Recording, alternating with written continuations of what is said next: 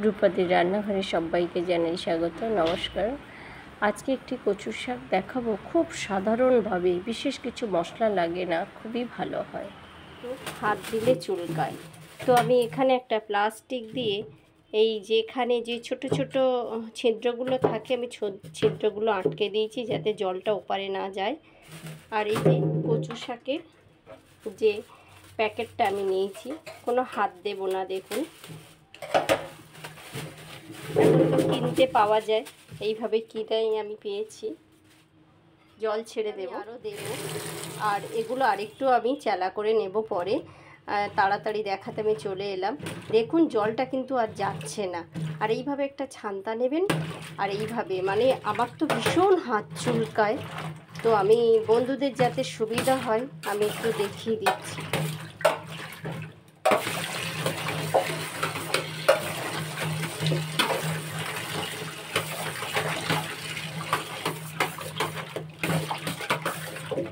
যদি মনে হয় যে পরিষ্কার হয়নি তাহলে এটাকে আবার উঠিয়ে দিতে হবে। উঠিয়ে দিলে জলটা চলে যাবে, গেলে আবার এইভাবে শিক দিয়ে আবার প্লাস্টিকটা চেপে দেবেন, দিয়ে আরও একবার ধুয়ে নেবেন, নিলে দেখবেন একবার আপনার হাতও দিতে হবে না, আর কি সুন্দর পরিষ্কার হয়ে যাবে। যদি মনে করেন যে তাহলে তুলবো কীভাবে, এইভাবে এই যে ছান্তায় করে এইভাবে তুলে নেব। তবে আমি আরেকবার জল বদলে আরেকবার ধুয়ে নেব। কচু শাকটার মধ্যে দেখুন কোনো কিন্তু কিছুই নেই, শুকনো বসালাম। এর মধ্যে আমি দেব, এই কাপটা দেখেছেন, এর হাফ কাপ জল। সবটা দিলাম না, একটু রেখে দিলাম এই যে। আর দিয়ে দেব এর মধ্যে লবণ। কচু শাক সেদ্ধর সময় লবণ দেবেন, তাহলে দড়ি দড়ি থাকবে না, খুব ভালো সেদ্ধ হয়। আর ঢাকা দিয়ে দেব। একটু ভিডিওটির সাথে থাকবেন, কারণ আমি কচু শাকটা সেদ্ধ করে ফেলবো না, শুকিয়ে গিয়ে লেগে যায়। এবার আমি এখানে হলুদটা সেদ্ধ হওয়ার জন্য দিয়ে দিলাম, একটু বেশি দিলাম, বেশি বলতেই 4 চামচ। এখানে আমি 2টো এলাচ থেঁতো করে দিলাম, কোনো পেঁয়াজ দেব না। এখানে 2টি শুকনো লঙ্কা, তেজপাতা ভীষণভাবে বাড়িতে বাড়ন্ত, খুব ছোট ছোট ছিল, দেবেন কচুর শাকে, ভালো হয়।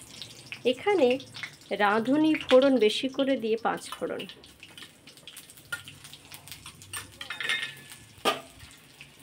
কাঁচা লঙ্কা,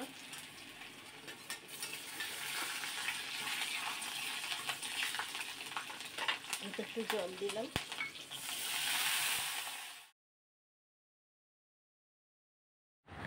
দশ টাকার প্যাকেট একটি কচুর শাকে 100 গ্রাম ছাড়ানো চিংড়ি আছে।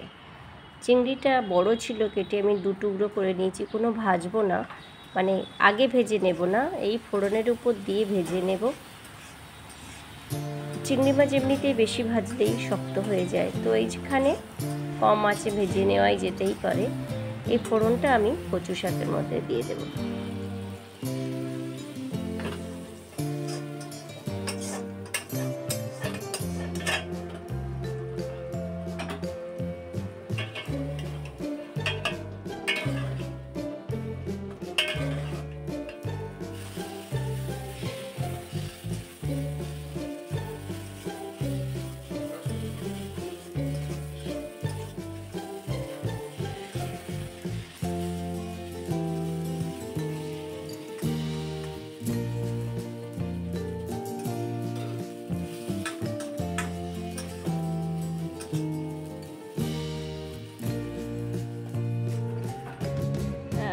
কেমন হয়েছে সেটাই আপনাদের দেখিয়ে নিলাম।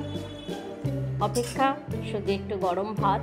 দেখুন খুব সুন্দর হয়েছে, একদম টাইটনেস, আমি কিন্তু কোনো জল ফেলিনি। একবার এইভাবে বানিয়ে দেখুন, ভীষণ টেস্টি হয়। ভালো থাকবেন সবাই।